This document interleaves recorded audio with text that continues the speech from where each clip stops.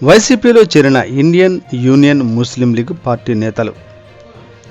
నంద్యాల జిల్లా బండి ఆత్మకూరు మండల కేంద్రంలో ఇండియన్ యూనియన్ ముస్లిం లీగ్ పార్టీకి చెందిన 150 కుటుంబాలు ముస్లిం మైనారిటీ సోదరులు బుధవారం వైసీపీలో చేరారు. శ్రీశైలం ఎమ్మెల్యే శిల్పా చక్రపాణిరెడ్డి వారికి వైసీపీ కండువాలు కప్పి పార్టీలోకి ఆహ్వానించారు. ఎమ్మెల్యే మాట్లాడుతూ వచ్చే ఎన్నికల్లో వైసీపీ గెలుపు కోసం ప్రతి ఒక్కరూ సైనికుల్లా కష్టపడి పనిచేయాలని కోరారు. మీ అందరి సహాయ సహకారాలు ఉంటే వచ్చే ఎన్నికల్లో 50,000 ఓట్లు మెజారిటీతో గెలుస్తామని ధీమా వ్యక్తం చేశారు.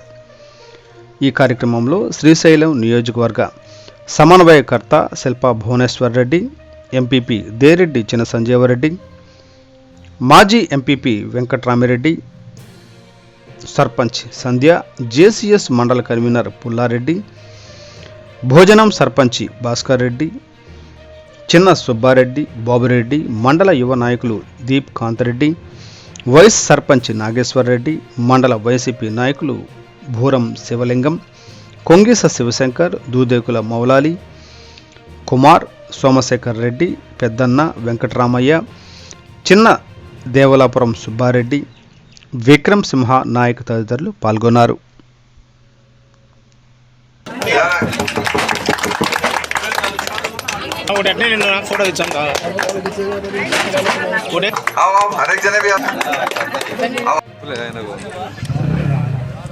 చూసుకో కవర్ చేసుకో కవర్ అయిందో లేదు కవర్ చేసేటమ్మా.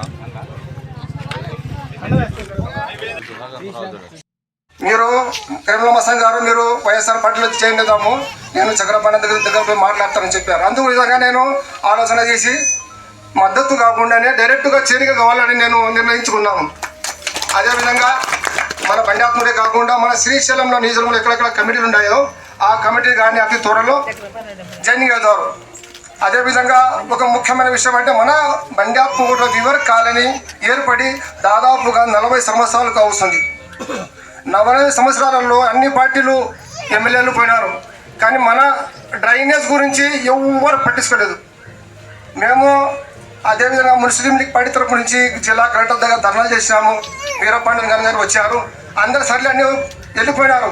ఇప్పుడు కృషి చేస్తే గతం మెజార్టీ కంటే అన్న అడిగినట్టు 50,000 మెజార్టీ 50,000 తీసుకురావచ్చు. ఎందుకు అంటే మనం అందరం ఒకసారి ఐకమత్యం కావడమై అయ్యి మనం అంతగానో మన బలం నిరూపించుకుంటే ఏ ఇబ్బంది లేదు, ఈ మెజార్టీ పెద్ద సమస్య కాదు. అందుకు కాబట్టి మరి ఒక్కసారి మన మండల ప్రజలకు, మండల నాయకులు, కార్యకర్తలకు దయ ఉంచి అందరం ప్రతి ఒక్కరు కూడా కృషి చేసి అన్నను బాజీ మేట తీసుకొస్తే రేపు అన్నను గెలుపుకుంటే మన ప్రభుత్వం ఏర్పడితే మనకు అన్నకు మంత్రి అయ్యే అవకాశాలు దండిగా ఉన్నాయి. కాబట్టి మనం కూడా మన మండలాన్ని, మన నియోజకవర్గాన్ని ఎంతో అభివృద్ధి చేసుకోవచ్చు. ఇది కూడా దృష్టి పెట్టుకొని మన ఇప్పుడు కూడా ఇప్పుడు అన్నారు అని అందరూ సహకరించాలని అందరినీ కోరుకుంటున్నాం. నమస్కారం. శ్రీశైలం నియోజకవర్గ శాసనసభ్యులైన శిల్పా చక్రపాణి అన్నగారికి, భువనేశ్వరి అన్నగారికి, ఇప్పుడు కొత్తగా పార్టీలో చేరుతున్న మస్తాన్ గారికి, ఇక్కడ వేదికపై ఉన్న పెద్దలందరికీ నా హృదయపూర్వక నమస్కారం తెలియజేస్తున్నా.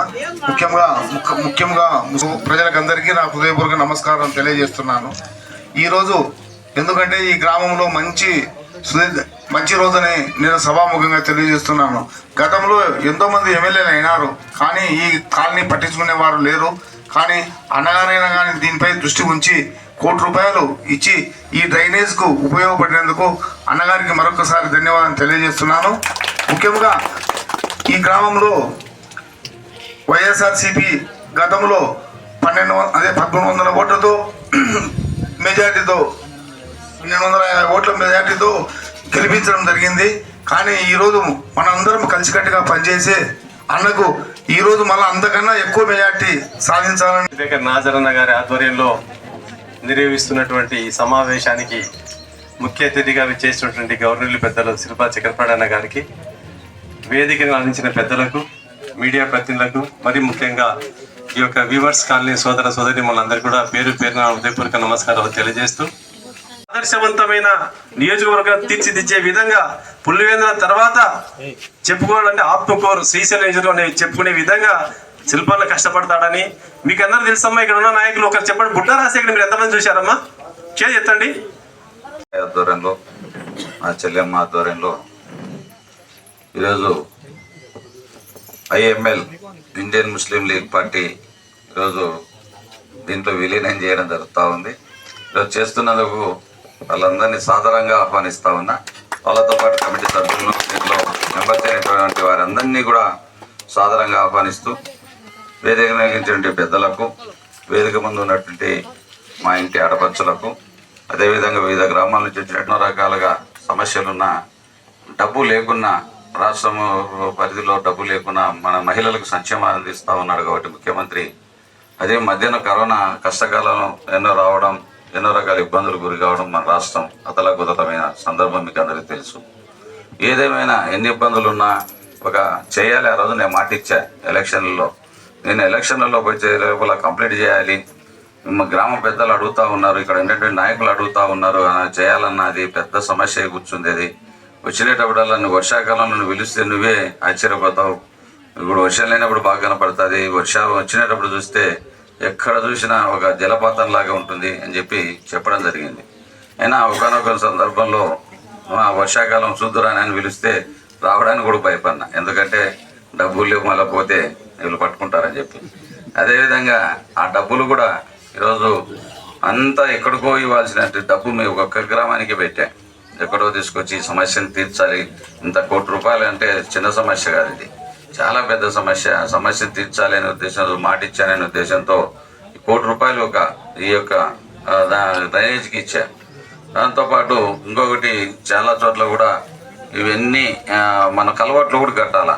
ఆ కలవట్లు కూడా మీరు నెక్స్ట్ నన్ను మంచి మెజార్టీ ఇస్తే ఎక్కడే కానీ కాలువ దాటాలంటే మోటార్ సైకిల్కి ఇబ్బంది అవుతూ ఉంది, అన్నిటికీ ఇబ్బంది అవుతూ ఉంది. కాబట్టి అన్ని చోట్ల మీరు మంచి మెజార్టీ ఈ యొక్క బీసీ కాలనీ ఇస్తే మళ్ళీ ఆ కలవట్లు అన్ని చోట్ల వేయించే బాధ్యత నాదే అని తెలియజేస్తా ఉన్నా.